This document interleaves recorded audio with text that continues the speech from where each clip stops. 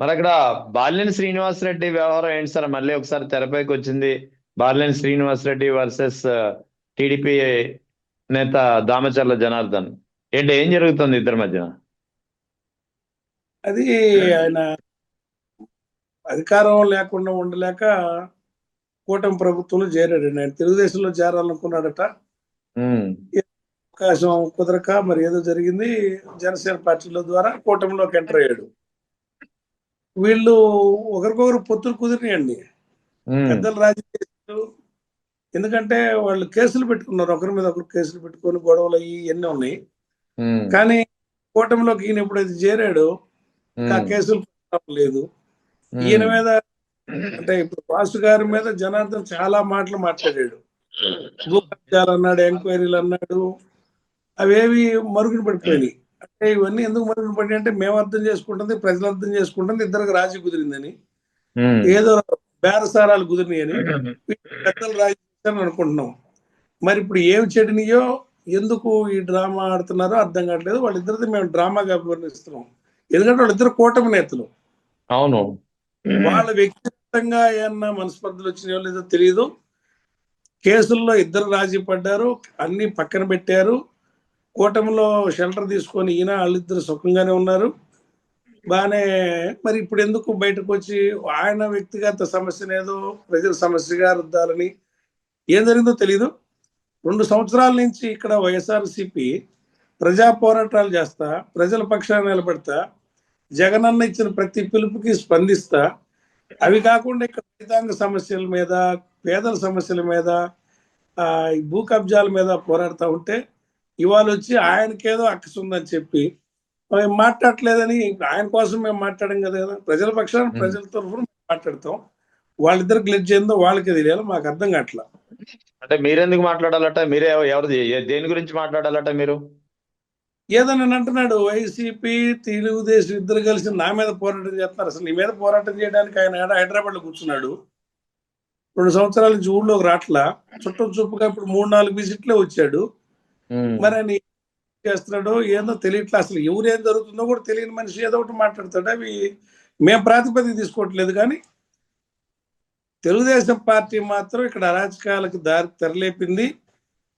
Mining, అది ఇసుకలు, మట్టి, ఇవన్నీ తప్పులు జరుగుతూ ఉన్నాయి. ఉమ్. ఈ పేదల భూముల్ని జోలికి వెళ్తా ఉన్నారు, తర్వాత పేదల జోలికి వెళ్తున్నారు, చిన్న చిన్న బతుకుల జోలికి వెళ్తున్నారు. వ్యతిరేకత పెరుగుతూ ఉంది. ప్రజల పక్షాన ఉండాల్సిన రైతుల పక్షాన వీళ్ళు ఏ రోజు మాట్లాడుతున్న సందర్భాలు పోవట్లేదు. డెవలప్మెంట్ అని చెప్పి ఏదో మెయిన్ రోడ్లు కనపడే కాడ 1-2 రోడ్లు డెవలప్ చేస్తా స్లమ్స్ అన్ని గాలి కుదిలేస్తా. అంతెందుకు, ఇక్కడ ఒంగోలులో మరీ ఘోరం ఏంటంటే ఈ 2 సంవత్సరాలుగా దోమల మందు కొట్ల ఓకే. మున్సిపాలిటీ, బ్లీచింగ్ లేదు, చెత్త ఎత్తేసేవాళ్ళు లేరు. అసలు పరిపాలన గాలి వదిలేశారు. మాటలతో కాలం గడుపుతున్నారు. ప్రజల్లో వ్యతిరేకత పెరుగుతూ ఉంది. అయితే ఇక్కడ ఆ, అయితే ఇక్కడ బాలినేని శ్రీనివాసరెడ్డి ఆరోపణలు కూడా మ్, ఈ ఈ కోణంలోనే ఉన్నట్టున్నాయి కదా. ఆరోపణలు చేయొచ్చండి, బట్ ఆయన వైసీపీ పోరాటలేదని మాట్లాడుతున్నాడు. ఆయన పోరాడచ్చు. ఆరోపణలు కూడా ప్రజలు అనుకునేవి, మేము మాట్లాడేవి మళ్ళీ ఆయన మాట్లాడుతుండొచ్చు. అవును. తప్పలేదు, తప్పలేదు. అధికార పక్షం మీద మాట్లాడాలి, ఎవరైనా మాట్లాడాలని స్వాగతిద్దాం. ఎందుకంటే తప్పును తప్పుగా ఎండగట్టాలి కదా, ఎవరైనా స్వాగతించాల్సిందే. అయితే వాళ్ళిద్దరూ ఒకే కూటమిలో ఉన్నారు, రాజీ పడ్డారు. 2 సంవత్సరాల పాటు షెల్టర్ పొందుతా ఉన్నాడు. ఇప్పుడు ఏమైందనేది మాకు తెలియదు అంటున్నా. ఇప్పుడు బాలినేని శ్రీనివాసరెడ్డి లాంటి వ్యక్తులు పార్టీలో చాలా కాలంలోగా ఉన్నారు. వైఎస్ఆర్ కాంగ్రెస్ పార్టీలో మంత్రి పదవి కూడా అనుభవించారు. సో అటువంటిది ఇప్పుడు ఒకసారిగా పార్టీ వదిలి వెళ్ళిపోవడం, ఇప్పుడు కూటమిలో ఉండి మళ్ళీ కూటమిలోనే వీళ్ళు విభేదాలతో కోట్లాడుకోవడం, ఈ పరిణామాలన్నింటినీ ఎలా చూడాలి? అదే సార్, ఆయన షెల్టర్ పొందటానికి అక్కడికి వెళ్ళాడు. ప్రతిపక్ష పార్టీలో పోరాటం చేసే శక్తి ఆయనకు లేదు. ఇంతకుముందు కూడా 2014లో జగన్మోహన్ రెడ్డి గారు ఓడిపోయినప్పుడు, తెలుగుదేశం గెలిచినప్పుడు 4 సంవత్సరాలు హైదరాబాద్కే పరిమితమయ్యారు ఆయన.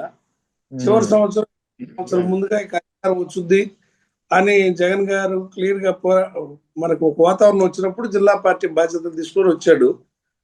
మళ్ళీ అనుభవించారు. గవర్నమెంట్ పోయింది, ఉండలేక వెళ్ళిపోయాడు. అధికారం ఉంటే చాలా మంది చేయగలిగిన మనిషే కానీ అధికారం లేకపోతే ప్రజల పక్షాన ఉండగలిగిన మనిషి కాదు ఆయన. అంటే ప్రజలతో సంబంధాలు ఎప్పుడూ లేవా ఆయనకి? లేకుండా ఒక రాజకీయ పార్టీలో ఇన్నేళ్లుగా పోటీ చేస్తున్న మనిషి సంబంధాలు లేవు. సంబంధాలు కలిగి ఉండటం వేరు, పోరాడే శక్తి ఉండటం వేరు. Okay, right. పోరాడే శక్తి లేదంటున్నాను నేను, సంబంధాలు ఉంటాయి. సరే, ఇప్పుడు మీరు అటు బాలినేని శ్రీనివాసరెడ్డి, అటు టీడీపీ, ఈ ఇద్దరిని ఎదుర్కొని మీరు ఒంగోలులో ఎలా రాణించగలరని అనుకుంటున్నారు? వాళ్ళిద్దరిని ఎదుర్కోవడానికి, వాళ్ళిద్దరు మల్లయోధులు కాదండి, మనం రైట్. ఎదుర్కోవడానికి వాళ్ళిద్దరూ ఒక పార్టీ కూటమిలో ఉన్నారు. మనం జగన్ గారి జెండా మోస్తా ముందుకెళ్తా ఉన్నాం. ఇది జగన్ గారు ఏర్పరిచిన ఒక పెద్ద వ్యవస్థ వైఎస్ఆర్సీపీ అనేది. జగన్ గారి పట్ల అచంచలమైన నమ్మకం ప్రజల్లో ఉంది. ప్రజలు ఒక అపోహలు నమ్మి, అబద్ధాలను నమ్మి మొన్న మోసపోయే భావన కలిగింది. అందుకే ఇంత పెద్ద ఎత్తున మళ్ళీ పార్టీకి పనిచేయడానికి, పార్టీ బాధ్యతలు మోయడానికి వేలాదిగా ముందుకు వస్తున్నారు. రేపు మళ్ళీ జగన్మోహన్ రెడ్డి గారిని ముఖ్యమంత్రిని చేసుకోవాలని, గెలిపించాలనే పట్టుదలతో యంత్రాంగం ఉన్నారు. వాళ్ళందరికీ స్ఫూర్తి నింపుతా వాళ్ళని కలుపుకొని పనిచేయటమే నా బాధ్యత. వీళ్ళందరూ బలవంతులు కాదు, పార్టీ జెండా ఎజెండానే బలమైనవి నా భావన. వెరీ గుడ్, మీ అభిప్రాయం బాగుంది. ఇక రెడ్ బుక్ రాజ్యాంగం పేరు గట్టిగా వినిపిస్తోంది. ఇటీవల నారా లోకేష్ కొన్ని వ్యాఖ్యలు చేశారు. రెడ్ బుక్ లో వైఎస్ జగన్ పేరుందో లేదో త్వరలో తెలుస్తుందని చెప్పిన వ్యాఖ్యలపై మీరిచ్చే ఆన్సర్ ఏంటండి? ఆయన ఏ బుక్ లో రాసుకుంటే రాసుకోనండి, ఆయన రెడ్ బుక్ రాసుకుంటే అదేమన్నా రాజ్యాంగం బుక్ అంటే కానీ మరి జోక్ గా ఉంటది. జగన్ గారి పేరు రెడ్ బుక్ లో రాసుకోవటం అంటే అది విచిత్రం, నమ్మరు. ఒకవేళ జగన్ గారిని టచ్ చేస్తే ఆ పర్యవసానాలు ఏందో రాష్ట్ర వ్యాప్తంగా అర్థమవుతాయి. తర్వాత తదుపరి కూడా మళ్ళీ ఒక రోజు ఉంటుంది కదా, మళ్ళీ మా గవర్నమెంట్ వచ్చే రోజు, ఆ రోజు పరిణామాలు ఏదో కూడా ఆలోచించుకోవాల్సి వస్తుంది. ఒకసారి ఆలోచించుకొని మాట్లాడాలి మాట్లాడే ముందని.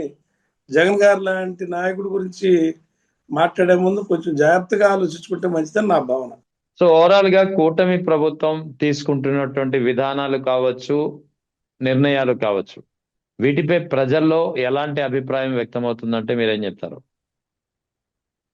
కూటమి పూర్తిగా ఫ్లాప్ అయింది కదండి, పూర్తిగా అబద్ధాలు కదా.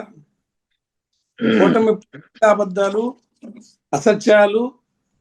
ల్యాండ్ టైటిలింగ్ యాక్ట్ ని కూడా ఒక పూర్తి భద్రత కల్పించే, వ్యక్తుల ఆస్తుకి ఒక పూర్తి భద్రత కల్పించే చట్టాన్ని జగన్ గారు భూములు లాక్కుంటాడని పచ్చి అబద్ధం చెప్పి ఇవాళ దాన్ని వెనక్కినట్టారు. ఇవాళ అదే సర్వే వీళ్ళు చేస్తా ఉన్నారు.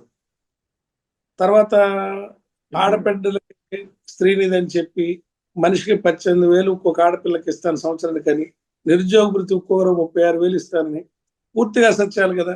అన్నిటికి మించి ఎకరం 99 పైసలకు అమ్ముకోవటం, మెడికల్ కాలేజీలు 100 రూపాయలకు లీజుకి ఇవ్వటం, వీటిలో చంద్రబాబు నైజమైందో తెలుగుదేశం పార్టీ కార్యకర్తలకు కూడా అర్థమైంది. వాళ్ళల్లో కూడా సదాభిప్రాయం లేదు, మోసపోయే భావన టీడీపీకి పనిచేసే వాళ్ళలోనే కలుగుతూ ఉంది. అందువల్ల ఇది కూటమి పూర్తిగా వైఫల్యం. ఇక్కడ మీ ప్రకాశం జిల్లాలో ఒక విషయం చెప్పండి. అంటే చాలా చోట్ల కూటమి ఏర్పడినప్పుడు జనసేన టీడీపీ మధ్య ఒక మంచి సయోధ్య వాతావరణం కనిపించింది. ఇప్పుడు ఆ సయోధ్య వాతావరణం అలాగే ఉందా? ఏనా ఇద్దరి మధ్య చీలిక లేదా భేదాభిప్రాయాలు కనిపిస్తున్నాయా ప్రకాశం జిల్లా వ్యాప్తంగా, మీ జిల్లా మొత్తం ఉమ్మడి జిల్లాలో? వాళ్ళ నాయకులు అయితే కలిసి ఉన్నారండి. ఇప్పుడు వాసు గారితో కలిసి ఉన్నారు లేదా మాకు అర్థం కావట్లేదు, కానీ మెయిన్ గా జిల్లా పార్టీ అధ్యక్షులు వాళ్ళు కలిసే ఉన్నారు. కానీ కేడర్ మాత్రం జన సైనికుల్ని నిర్లక్ష్యంగా గాలి కుదిలేశారు. జన సైనికులకి ఎవరికి వాళ్ళు గవర్నమెంట్ లో ఉన్నామనే భరోసా జనసేనలో పనిచేసిన కార్యకర్తలకు లేదు. ఎందుకు అసలు తెలుగుదేశం పార్టీలో ద్వితీయ నాయకులకే అది వాళ్ళు మనం అధికారంలో ఉన్నాం అని అనుకోవట్లేదు. నాయకులు అనుభవిస్తున్నారు, కేడర్ ని పక్కన పెట్టారు. వాళ్ళకి ఈ పాలనలో ప్రమేయం లేదు, పూర్తిగా అధికారంలో ఉన్నోళ్లే అనుభవిస్తున్నారనే గౌరవ ప్రజల్లో అన్ని శ్రేణుల్లో ఉంది. జన సైనికులను అయితే మరీ దూరం పెట్టారు, అసలు వాళ్ళకేం పాలన భాగస్వామ్యం లేదు. మీరు పార్టీ ఇన్ఛార్జ్ గా మీరు ఎలాంటి కార్యాచరణ తీసుకెళ్ళబోతున్నారు? ఎందుకంటే ఒంగోలులో నెగ్గుకు రావాలంటే చాలా సవాళ్లు ఉంటాయి. మరి అటువంటిది మీ కార్యాచరణ ఎలా ఉండబోతుంది? ఒంగోలులో నెగ్గు రావటం కష్టం కాదు సార్, చాలా ఈజీ. ఎందుకంటే చైతన్యం కలిగిన నియోజకవర్గం, తొందరగా అర్థం చేసుకుంటారు. ఎక్కువ మంది ఉద్యోగస్తులు, వ్యాపారస్తులు, కొద్దిగా చైతన్యం కలిగిన హెడ్ క్వార్టర్ కాబట్టి చైతన్యం కలిగిన జనం. ఈ కూటమి అబద్ధాలు, చంద్రబాబు నాయుడు గారి అబద్ధాలు, పవన్ కళ్యాణ్ మాటలు, డబుల్ స్టాండర్డ్స్ మాటలు, ఇవన్నీ కూడా ఏహీభావానికి ప్రజలు వస్తా ఉన్నారు. మేము కూడా మా జగన్ గారి జెండా భుజాన పెట్టుకొని ప్రతి కుటుంబానికి జగన్ గారు మేలు చేశాడు. ప్రతి కుటుంబంలో జగన్ గారి ప్రభావం, ఆ ప్రభుత్వంలో ప్రతి ఏదో ఒక పథకం రూపంలో ప్రతి కుటుంబానికి లక్షల్లో డబ్బులు పడ్డాయి. తర్వాత హ్యాపీగా గడిపారు. అదే సూచిక ఏంటంటే మనకి జిఎస్టీ కూడా వైఎస్ఆర్ గవర్నమెంట్ లో ఉన్నప్పుడు జిఎస్టీ ఎదుగుదలను చూస్తే మీకు అర్థమవుతూ ఉంటుంది. ఇప్పుడు రెవెన్యూ కనపడుతోంది. వ్యక్తుల ఆదాయాల దగ్గర పంట దిగుబడులకి, పంట పండిన పంటలకి గిట్టుబాటు ధర లేదు. రైతులకు ఎప్పుడైతే హ్యాపీగా లేరు, వ్యాపారస్తులు హ్యాపీగా లేరు, ఉద్యోగస్తులు అంతకంటే హ్యాపీగా లేరు. అందరూ ఎవరు ఏ వర్గం చూసినా కూడా వీళ్ళు చెప్పిన మాటలకి చేస్తున్న పనులకి తేడా ఉందని, అన్నిటికి మించి హైందవ ధర్మాన్ని కూడా అపహాస్యం చేస్తూ రాజకీయం కోసం వెంకటేశ్వర స్వామి ప్రతిష్టను కూడా, అంటే ఆ ప్రసాదం యొక్క ప్రతిష్టను కూడా దిగజారని చాలా అప్రతిష్ట మూట కట్టుకుంటున్నారు కూటమి నాయకులు. అందువల్ల చైతన్యం కలిగిన ఒంగోలు నియోజకవర్గంలో గెలవడం చాలా ఈజీ అండి. నేను ఇక్కడ పుట్టి పెరిగిన వాడిని, స్థానికుడిని. ఇక్కడే నా విద్యార్థి చిన్నప్పటి నుంచి చదువు, విద్యార్థి జీవితం, రాజకీయ జీవితం చిన్నప్పటి నుంచి ఉన్నందువల్ల నాకు ఇది కష్టతరం కాదండి. రాజకీయ అనుభవం ఉంది. చాలా సులభతరంగా గెలుస్తాం. మంచి మెజార్టీ కూడా ఈ నియోజకవర్గం నుంచి తీసుకొస్తానని నేను మాట ఇస్తున్నాను. అయితే ఇప్పుడు కొత్తగా ఒకటి వినిపిస్తుంది, అంటే దీనికి ఇంకా ధృవీకరణ లేదు కానీ వినిపిస్తుంది గట్టిగా, సోషల్ మీడియాలో కూడా తిరుగుతోంది. బాలినేని శ్రీనివాసరెడ్డి మళ్ళీ వైఎస్ఆర్ కాంగ్రెస్ పార్టీకి రావాలని అనుకుంటున్నారు అనేది ఒక గట్టిగా వినిపిస్తుంది. దీన్ని మీరు ఆహ్వానిస్తారా, దీన్ని అంగీకరిస్తారా? అది నా వ్యక్తిగతంగా నేను చెప్పకూడదు కదండి, జగన్మోహన్ రెడ్డి గారు చెప్తారు దానికి సమాధానం. అటువంటి వాతావరణం అయితే ఉందా లేదా అది చెప్పండి పోనీ. అంటే ఎన్ని పేలర్స్ ఏనండి, ఒరిజినల్ గా లేదు. ఓకే, ఒరిజినల్ గా ఆ వాతావరణం లేదు.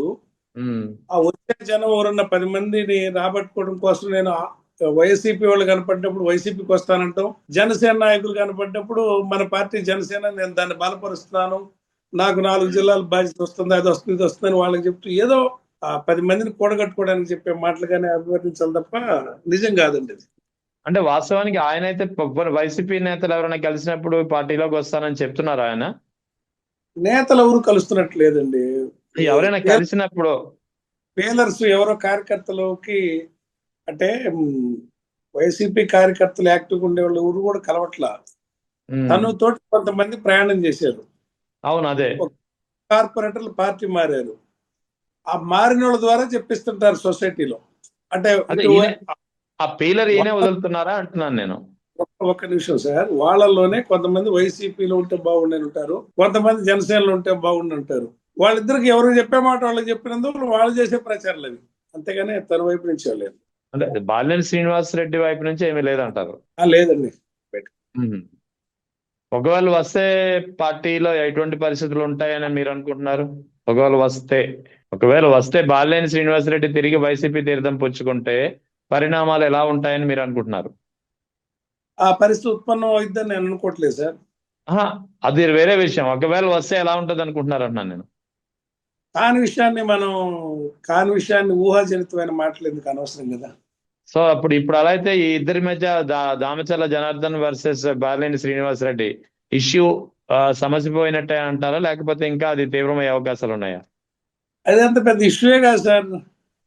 మరి ఎందుకు అంతలాగా ఒకరి మీద ఒకళ్ళు ఆరోపణలు, విమర్శలు పెద్ద ఎత్తున? నిన్నైతే బాలినేని శ్రీనివాసరెడ్డి చాలా ఆవేశంగానే వ్యాఖ్యలు చేసిన పరిస్థితి. అంటే అట్లా అగ్రెసివ్ గా మాట్లాడితేనే ప్రజల్లో ఏదో మనం ఐడెంటిటీ ఉంటాం అనుకోవటం, వాళ్ళు అందుకు యాక్ట్ చేస్తున్నారు అనుకుంటున్నాం. అంతేగాని అంత సీరియస్నెస్, ఏ ఇష్యూ మీద సీరియస్ అవుతున్నాడు అర్థం కావట్లా. ఏ సమస్య అనేది తెలియట్లా. వ్యక్తిగతంగా లోపలేదో ఫ్రస్ట్రేషన్ పెట్టుకొని ఏదో మాట్లాడుతున్నట్టు అనిపిస్తుంది. వాటికి యాజ్ ఏ వైఎస్ఆర్ పార్టీగా మేము వాటిని సమాధానం చెప్పాల్సిన పని లేదని నా భావన. అవును, మీకు సమాధానం చెప్పాల్సిన పని లేదు, కానీ ఆయన మాజీ వైఎస్ఆర్సీపీ నేత కాబట్టి, మీరు అదే నియోజకవర్గానికి చెందినటువంటి వైఎస్ఆర్ కాంగ్రెస్ పార్టీ ఇన్ఛార్జ్ కాబట్టి అడుగుతున్నా. వాళ్ళిద్దరూ ఒక పార్టీలో ఉన్నారు సార్. వాళ్ళిద్దరికి పొత్తు కుదిరింది, రాజీ చేసుకున్నారు. ఒకరి మీద ఒకరికి ఆరోపణలు లేకుండా 2 సంవత్సరాలు సర్దుమని ఉన్నారు. ఇప్పుడు కొత్తగా ఎందుకు ఆరోపించుకుంటున్నారో తెలియట్లా. మ్మ్. అది ప్రజలకు సంబంధం లేని విషయం అంటున్నాను నేను. అదే అర్థమైందిలేండి. Okay, right sir. అదే thank you very much. Thank you.